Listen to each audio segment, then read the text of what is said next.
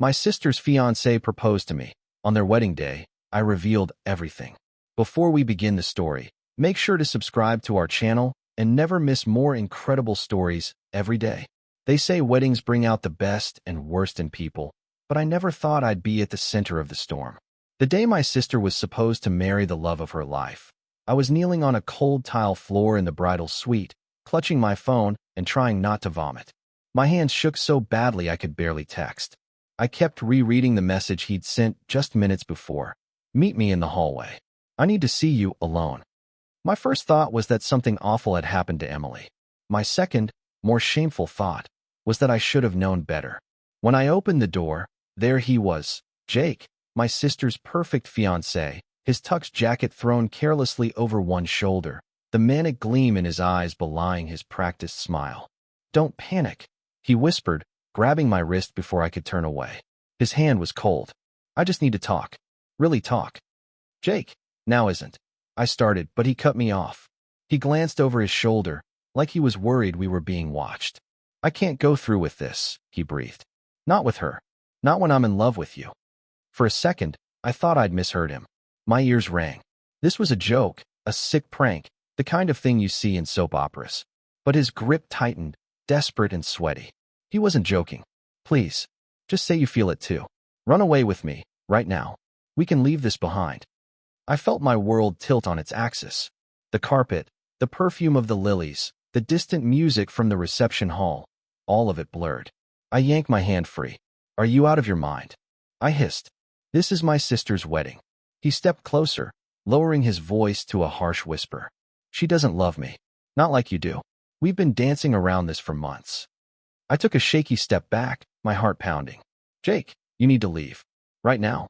His face hardened, a flash of something dark flickering in his eyes. "If you don't help me, I'll make sure everyone knows your secret too." That's when I realized I wasn't just a bystander in Jake's drama. I was trapped in his game, and the wedding was about to become ground zero for a truth that could destroy us all. And I still had to face my sister, the bride, with her whole life ahead of her. I stumbled back into the bridal suite, pulse roaring in my ears, my reflection ghostly pale in the mirror. Behind me, the room was a chaotic still life. Half-zipped dresses, open lipstick tubes, laughter echoing down the hall as bridesmaids practiced last-minute speeches. But I barely heard them. All I could think of was Jake's face, his grip, that threat. My hands were shaking so badly that I dropped my phone, and when Emily looked over, I forced a crooked smile. She crossed the room in her white robe, eyes bright with excitement, cheeks flushed. "You okay?" she whispered, voice brimming with sisterly love and nerves. "You look like you've seen a ghost." If only she knew. I swallowed hard, feeling a familiar ache in my chest, a cocktail of guilt and fear and something far more complicated. How could I protect her? What would I even say? "Just nerves, Em. You know I hate public speaking." I lied, fumbling for my phone. As she returned to her reflection, I caught sight of a message lighting up my screen. "Jake again, don't forget what I know. We both have secrets, remember?" My blood ran cold. What secrets? We'd shared nothing but awkward conversations and forced smiles, hadn't we? Or was there more?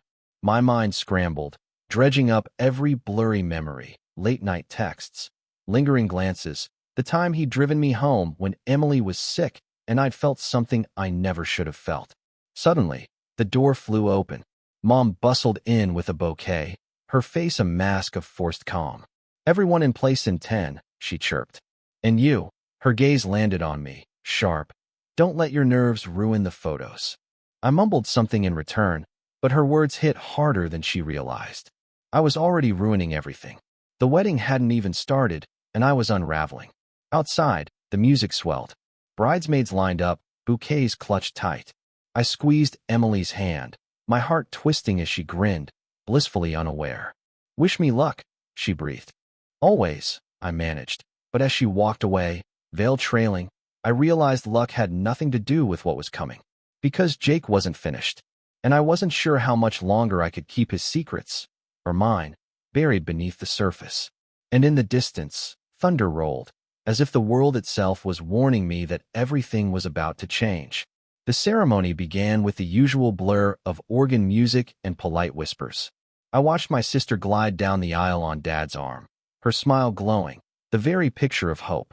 My own hands shook, knuckles white around the bouquet.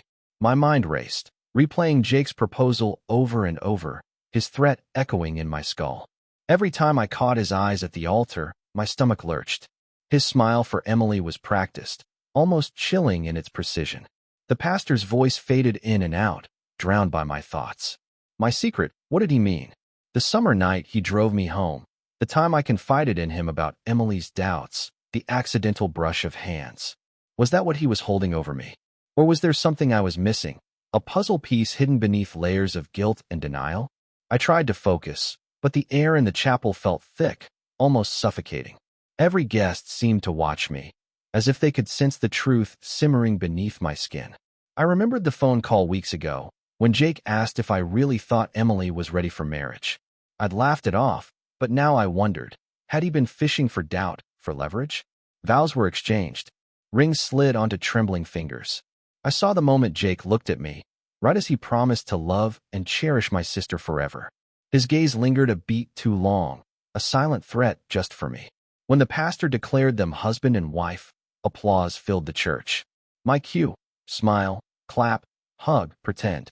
But as I hugged Emily, her perfume, gardenias and something heartbreakingly innocent, nearly undid me. "Thank you for always having my back," she whispered. My throat tightened. I wanted to scream, to pull her aside, to tell her everything. But the words stuck, paralyzed by fear. Jake's shadow loomed larger than ever, poisoning every moment with dread. The reception was a carousel of small talk and forced laughter. Jake's eyes followed me through the crowd, never far, always watchful. When I tried to escape outside for air, he was there, waiting by the hedges, smile stretched too wide. "We need to talk," he hissed, low enough for only me to hear. "Tonight, or I tell them everything." Panic clawed at my chest. There would be no peace, not tonight, not until the truth finally came crashing down, no matter who got hurt. I spent the rest of the reception walking a tightrope, pretending everything was fine while feeling like I was one wrong step from disaster.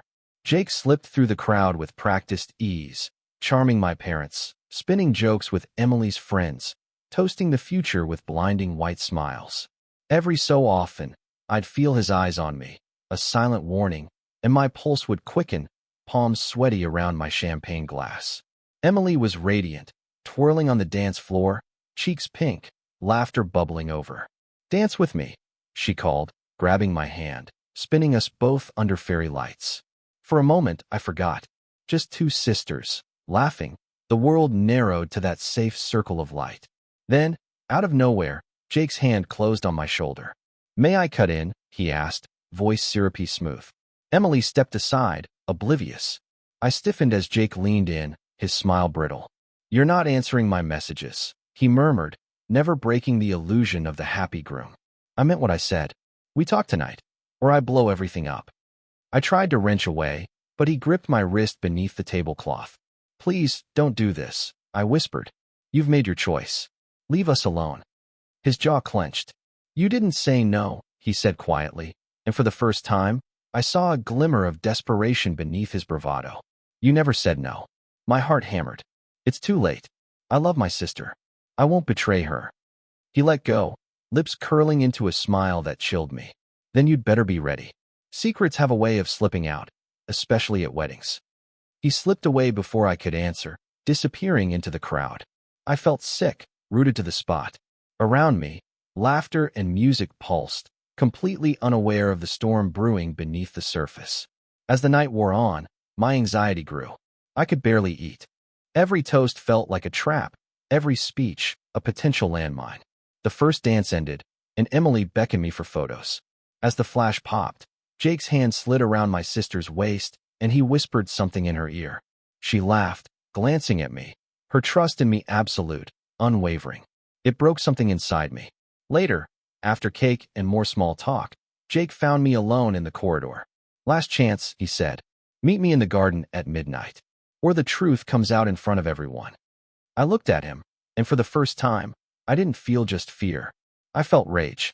He might have trapped me in his twisted game, but I wouldn't let him control my story forever. Midnight approached with a dreadful, inevitable pull. I slipped away from the laughter and music, the clinking of glasses and half-finished stories. The garden was still, moonlight filtering through the old magnolia tree, air thick with the scent of wet grass and distant roses. I found Jake waiting, hands buried in his pockets, tuxedo rumpled. He looked both triumphant and terrified. He motioned me closer. "You came," he said, voice low, as if we were co-conspirators rather than adversaries. "I knew you would. I came to tell you this ends tonight," I answered, forcing my voice not to tremble. My fists curled at my sides. "Whatever leverage you think you have, it's over. I won't let you ruin Emily's life just to get what you want." He smirked. "Ruin her life? Or set you free?" He stepped forward, crowding my space. I could tell everyone the truth. About the late-night calls, the confessions, the fact that you care for me more than you'll admit. What do you think they'd believe, a heartbroken groom or the jealous sister? I glared at him, anger burning away the shame. "You're manipulating me. I told you I'd never betray Emily. Whatever you think happened between us." He cut me off, voice sharp. "You think she's the saint? You think she's innocent?" He shook his head, eyes glinting. "She's lied to you too. Ask her about that night last fall, the night she was working late." The words sent a chill down my spine. Jake was a liar, but he was dangerous with half-truths and poison. Still, I refused to show fear. "You're desperate. You don't love either of us. You just want control." He pressed in, barely a whisper. "If you don't give me an answer tonight, I go public, at breakfast. I'll toast to secrets and tell them all. Your parents, her friends. You'll be the villain in your own family." His ultimatum hung between us, heavy and vile. "I won't play your game," I said, my voice steadier than I felt. "But I will end it." He studied me, surprised, maybe even scared. I turned and left him standing in the moonlight, knowing the next move had to be mine. As I crept back toward the house, heart racing, I realized I'd crossed a line. There was no more hiding. By morning, I'd have to choose, stay silent and live with the guilt, or risk everything and finally reveal the truth. I didn't sleep that night. I sat at my window, knees hugged to my chest, watching the garden fill with mist. My thoughts spiraled, every warning sign I'd missed, every glance, every message I'd brushed off as awkwardness. Jake's threat echoed over and over. "I'll toast to secrets and tell them all." The image of him standing in the moonlight burned in my mind, a reminder that he wasn't just cruel, he was relentless. As dawn crept in, I knew I had to act. I couldn't keep protecting Emily from a lie she was already tangled in. I couldn't let Jake dictate our story. My fingers trembled as I wrote a note, careful and deliberate. "Meet me in the Rose Room before breakfast. We need to talk, just us." I slid it under Emily's door, then waited in the small, sunlit space where we'd played as kids. She came in a few minutes later, hair a tousled halo, concern etched in her brow. "What's wrong? Is it Mom?" she asked, her voice still soft from sleep. I shook my head, tears pricking my eyes. "It's Jake. I need to tell you something. I should have told you sooner." She sat beside me, her hand covering mine. Is it about you too?" Her voice cracked, and I realized she wasn't as oblivious as I'd hoped. I swallowed hard, choosing my words. "Last night, before the wedding, he cornered me. He said things, tried to make it sound like there was something between us. There isn't, Em. I swear. But he's going to tell everyone there is. He wants to ruin us." Emily's face went through a kaleidoscope of emotions: shock, confusion, hurt, and something darker. "He said things to me, too," she whispered. "Told me you were jealous, that you always have been. But I didn't believe him. I told him if he ever tried to pit us against each other, I'd choose you. Always." Tears spilled down my cheeks. The truth, finally spoken, didn't destroy us. Instead, it forged a fragile alliance. We hugged, clinging to each other as if the world might end. "I won't let him do this to us," Emily said, her voice steely. "Not today. Not ever." We formed a plan. If Jake tried to expose us at breakfast, we'd stand together, two sisters, side by side. We'd tell the truth, no matter how ugly, and finally end his hold over us. As the house came to life and footsteps echoed down the hallway, I realized I wasn't alone anymore. For the first time, I was ready to face whatever storm Jake was about to unleash. The dining room that morning felt like the stage for a play no one had rehearsed. Sunlight slanted across the polished table, lighting up plates of untouched pastries and bowls of wilting fruit. Emily and I entered together, side by side, our faces set with matching determination. Jake was already there, lounging with a mug of coffee, all arrogant calm and practiced charm. He looked up, lips curving into that same wolfish smile. "Morning, ladies. Sleep well?" Emily slid into her seat, squeezing my hand under the table. "As well as anyone could, after a wedding night full of surprises," she replied. Her voice was breezy, but I saw the tension in her jaw. My parents bustled in, followed by a cluster of relatives, laughter and small talk swirling as everyone settled. Only I noticed how Jake's gaze flickered to the champagne bottle by his place. A prop, maybe, for the spectacle he'd promised. He waited until the plates were full and forks clinked, then tapped his glass with a knife, drawing everyone's attention. "Before we toast the happy couple," he began, voice smooth, "I have something to share. About honesty. About family." His eyes met mine. "And about secrets." My breath caught. Emily leaned closer, chin raised in defiance. Jake's words hung in the air, heavy and expectant. He started, "It's funny how the people you trust most can surprise you the most. Sometimes, the people sitting closest have been keeping things from you all along." My mother frowned. "Jake, what is this about?" I felt my pulse pounding in my ears. Now or never. I rose to my feet, voice shaking but clear. "Jake's right. There are secrets, but not the ones you think." The room stilled. Jake's smile faltered, not expecting me to break first. I took a deep breath. Jake proposed to me before the wedding. He threatened to ruin everything if I didn't keep quiet. He wanted me to betray my sister. Gasps rippled down the table. Jake's face drained of color, rage flickering in his eyes. Emily stood up beside me, her voice trembling but fierce. "He tried to turn us against each other, but we won't let him. Not now. Not ever." Jake's mask slipped, his composure cracking as the room erupted in chaos. Questions, accusations, stunned silence. I locked eyes with Emily, strength flowing between us. For the first time, Jake wasn't in control. And the truth was finally out. No more games, no more secrets. The fallout was instant and brutal. Gasps, shouts, chairs scraping back from the table. My mother's hand flew to her mouth. My father's face turned to stone. Emily's voice wavered only for a moment as she repeated what I'd said, laying bare the truth for anyone who'd missed it through the shock. Jake cornered my sister the night before our wedding. He tried to force her to choose him, not me. He's been lying to all of us. Jake tried to recover. "That's not true," he spat, rising to his feet, eyes wild. "She's jealous. She's always been jealous. Of your relationship, your happiness. This is just her way of getting attention." But Emily wouldn't let him twist the story. "Enough, Jake. I saw your texts. I know about the late-night calls, the things you said about me to my friends. I ignored the red flags, but not anymore." Jake's bravado deflated. Around us, whispers erupted. A cousin muttered, "He sent you messages, too?" My father's voice, cold and sharp, cut through the confusion. "Is this true, Jake?" Jake looked around, realizing his audience was slipping away. "I made a mistake, okay?" he pleaded, desperation breaking through. "But she led me on. She wanted it." I met his eyes, steady now, my fear burned away by anger. "You manipulated me. You threatened me. You thought you could control both of us, but you were wrong." Emily squeezed my hand, her own strength radiating. "You're not welcome here anymore. Not in our family. Not in my life." He sputtered, tried to rally support. "You're going to believe them over me? After everything I've done for you?" But no one moved. My father nodded once, curt and final. "Get out." Jake stood, chest heaving, face twisted in fury and humiliation. For a moment, I thought he might lash out, make one last desperate scene. But instead, he stormed out, the front door slamming like a gunshot. Silence settled, broken only by quiet sobs and the rustle of napkins. The wedding brunch was ruined, but I'd never felt so relieved, so free. Emily turned to me, tears in her eyes. "Thank you for not letting him win."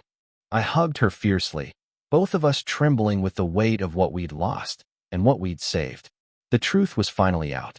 The healing, I knew, would take much longer. But for the first time, I believed we could find it, together, as sisters, in the wreckage of all Jake had tried to destroy. The aftermath was quieter than I'd expected, but far heavier.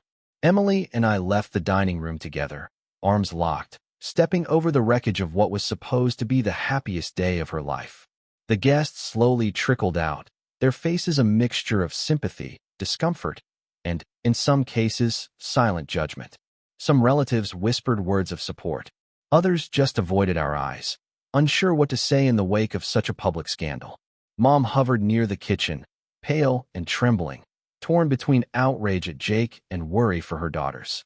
Dad, ever the fixer, tried to usher the most talkative guests out the door, keeping the scene from spiraling further. Emily collapsed onto the living room sofa, her wedding dress bunched awkwardly, veil discarded. I sat beside her, unsure if I should say anything at all. For a long moment, we just breathed in silence. No more secrets, just exhaustion and relief. Finally, she turned to me, her voice small but certain. He almost had me fooled. If you hadn't said something, I don't know what he would have done. I felt tears prick my eyes again, but this time from gratitude. I'm sorry I didn't tell you sooner. I was scared. He made me feel trapped and guilty, like any choice I made would hurt someone. She squeezed my hand. You saved me. You saved both of us. Her voice broke, but she managed a watery smile. There were practical matters to address. Canceling the honeymoon, informing extended family, figuring out what to do with all the gifts and flowers meant to celebrate a new beginning that had instead become a painful ending. Dad made phone calls. Mom tried to salvage some dignity for the family. Through it all, Emily and I clung to each other, slowly picking up the pieces of our shattered trust. By late afternoon, the house was nearly empty. The sky outside was gray, thunder rolling distantly, as if echoing the tumult inside. Emily and I sat by the window, watching the rain begin to fall. Do you think we'll ever laugh about this? She asked softly. I smiled through my exhaustion. Maybe not laugh, but maybe, someday, it'll hurt a little less. As the rain came down harder, I realized that the storm had finally broken, not just outside, but in our lives. The truth was messy, brutal, and costly, but it was also the only way to begin again. And as the sky cleared, I promised myself I'd never let fear or shame dictate my story again. In the days that followed, the world felt both strangely empty and achingly alive. The news of what happened at Emily's wedding spread through our social circles like wildfire. Some people called to offer support, real, heartfelt messages that made me cry with gratitude. Others kept their distance, as if afraid the chaos might rub off on them too. Emily moved back in with our parents, her white dress hanging in the hallway like a ghost. There were moments when she seemed impossibly strong, taking charge of her own narrative, posting a calm, dignified message online that ended with, "I'd rather be alone than build my life on a lie." But there were other moments, too, when she'd cry in my arms, mourning the future she'd lost, or when she stared out the window, silent, holding a mug she never drank from. For me, life returned in fits and starts. The guilt lingered, yes, but it was edged out by something else, relief, and then a tentative kind of pride. I'd stood up to Jake. I'd chosen truth over self-preservation. And I'd rebuilt the bond with my sister, stronger for the scars. We got a few nasty messages from people loyal to Jake, mostly mutual friends who didn't know the whole story, or maybe didn't want to. Emily blocked them, and we tried not to let the hurt linger. We spent evenings together watching old movies, making popcorn, reminiscing about childhood mischief. It was bittersweet, but it felt like healing. One night, Emily looked over at me and said, "I'm glad you were there for me, even when I was blind." Her voice was soft, vulnerable. "Promise me we'll never let a man come between us again." I promised, and meant it with every fiber of my being. Jake, for his part, tried to save face. He posted his own version of events, spinning a story about betrayal and crazy sisters conspiring against him. Most people saw through it. Some didn't, but it no longer mattered. He was gone from our lives, and for the first time, his shadow no longer stretched between us. As the weeks passed, Emily started smiling again. She took walks, met new people, rediscovered old hobbies. I did too. We forged a new normal, one built on honesty, pain, and love, but mostly on the kind of loyalty that only comes from surviving something shattering together. And as spring finally pushed through the gray, I realized what Jake had tried to destroy had, in the end, only made us stronger. Months passed. The wounds left by that wedding day faded but didn't vanish. Ghosts that surfaced in quiet moments, when laughter gave way to memory or when an old friend's name flashed unexpectedly on my phone. Still, the ache dulled. Emily and I planted new roots, nurturing each other's fragile hope with slow, patient care. Emily went back to work, her confidence scarred but not broken. She started attending therapy, sometimes dragging me along for support. At first, the sessions were raw, tears, silence, then halting words about trust and manipulation. But as weeks slipped by, something shifted. I saw her reclaim herself, little by little, laughter returning to her eyes. I threw myself into my own life, accepting a new job, joining a book club, reconnecting with friends I'd neglected in the chaos. The story of the wedding faded into the background, just another tale people whispered about when they thought I couldn't hear. Occasionally, an acquaintance would corner me, eager for the real story. I learned to deflect with a wry smile. You wouldn't believe it if I told you. Our parents were quieter than before, humbled, I think, by how easily trust can unravel.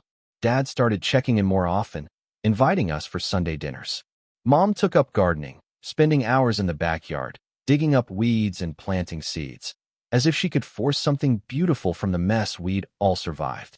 One chilly Saturday, Emily and I walked through the farmer's market, weaving between vendors, sunlight warm on our faces. She paused by a stand selling wildflowers and turned to me, eyes clear and determined. "You know, I don't regret what happened," she said.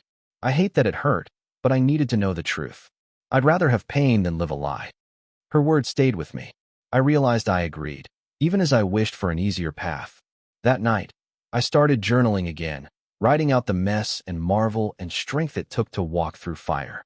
Jake remained a ghost on the edges of our lives, a cautionary tale, nothing more. His power over us was gone, and the rumors he'd spread faded with time. We stopped caring about people's opinions. We had each other, and a new, hard-won sense of self-respect. And so, as the seasons changed, so did we. New friendships blossomed. Trust, so hard to earn, so easy to lose, began to grow again, watered by honesty, fiercely protected by memory. I learned that even after betrayal, you can plant something new. Sometimes it even grows stronger, having survived the storm. By the end of summer, the sharpest edges of what happened had finally softened.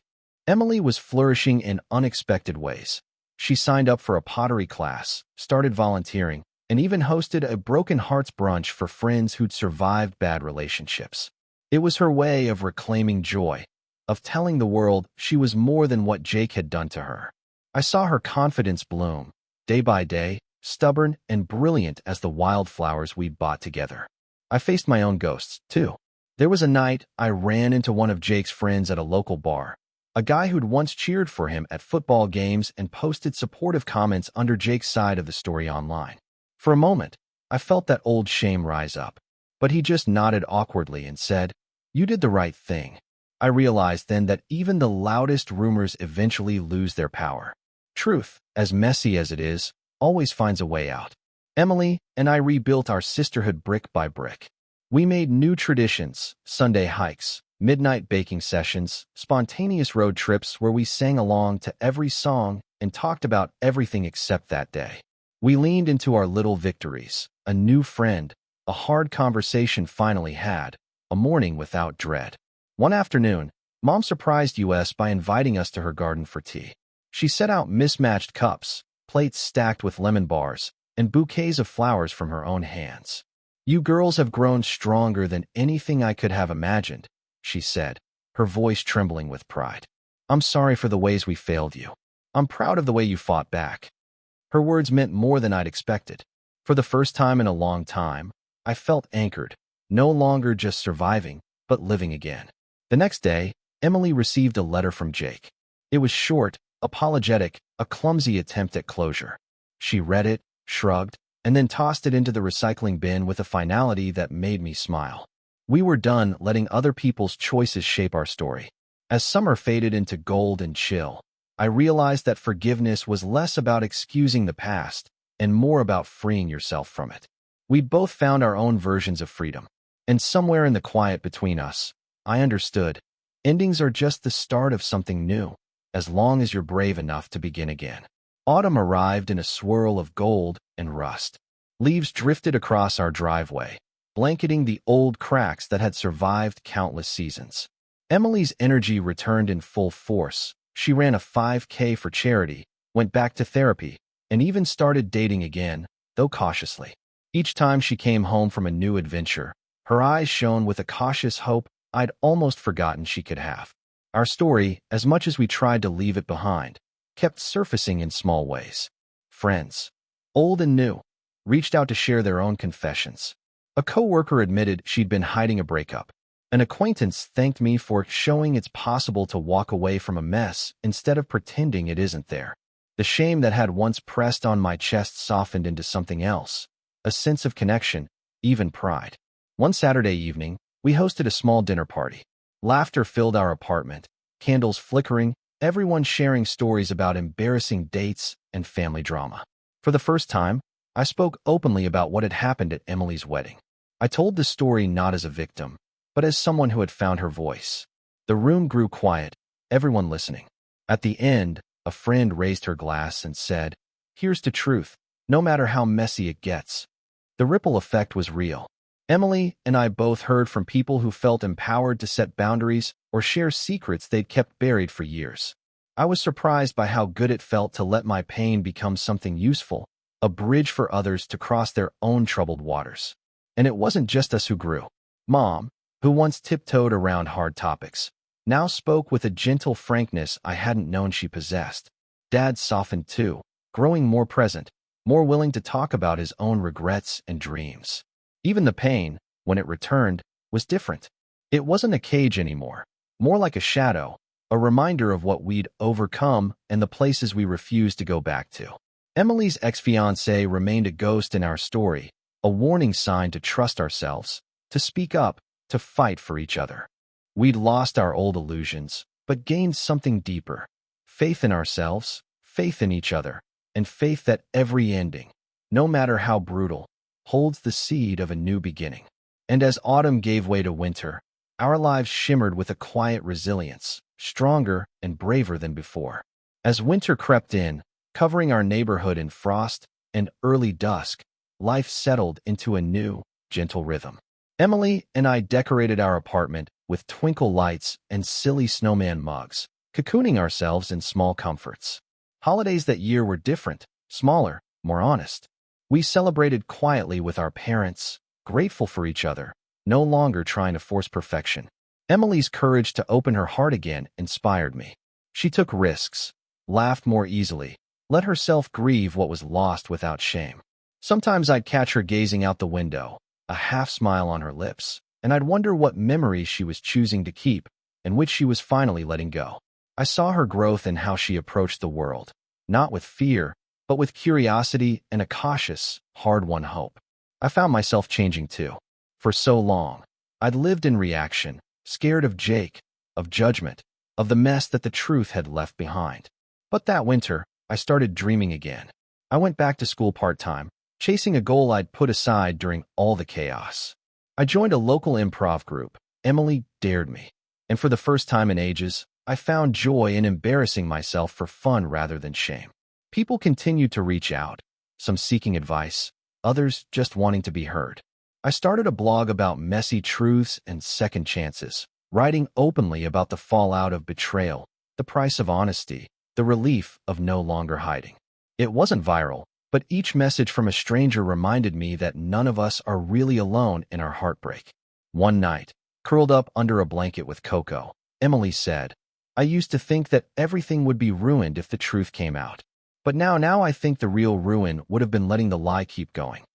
I smiled, warmed by her resilience and my own. We're not defined by what happened to us. We get to choose what we carry and what we let go. The story of Jake, the ruined wedding, the public unraveling, those chapters were still part of us. But they were no longer the ending. They were just the proof that we could survive, even thrive, after everything. And as snow fell outside, silent and clean, I realized that forgiveness wasn't just for others. It was for ourselves, too, as we chose what to remember and what to build next. Winter melted slowly into spring. The first crocuses poked their way through the thaw, stubborn and bright, a promise that no season lasts forever. Our apartment filled with sunlight again, windows thrown open to let in the sound of birds and laughter from kids playing in the street. Life, real and messy and unpredictable, rushed back in. Emily and I celebrated her birthday with a picnic in the park, just us and a few close friends. There were no grand speeches, no extravagant gestures, just the warmth of old jokes, the clink of lemonade glasses, and the certainty that we'd made it through the worst together. Later, she looked at me and said, "I used to think happy endings were just for other people, but this feels pretty close." It was a different kind of happiness than we'd once imagined, smaller, but deeper, anchored by hard truths and the quiet pride of surviving what we thought might break us. I finished my first semester back at school with good grades and a circle of new friends who knew me not for my past, but for who I was becoming. Mom's garden flourished that spring, tulips, irises, and roses blooming in a riot of color.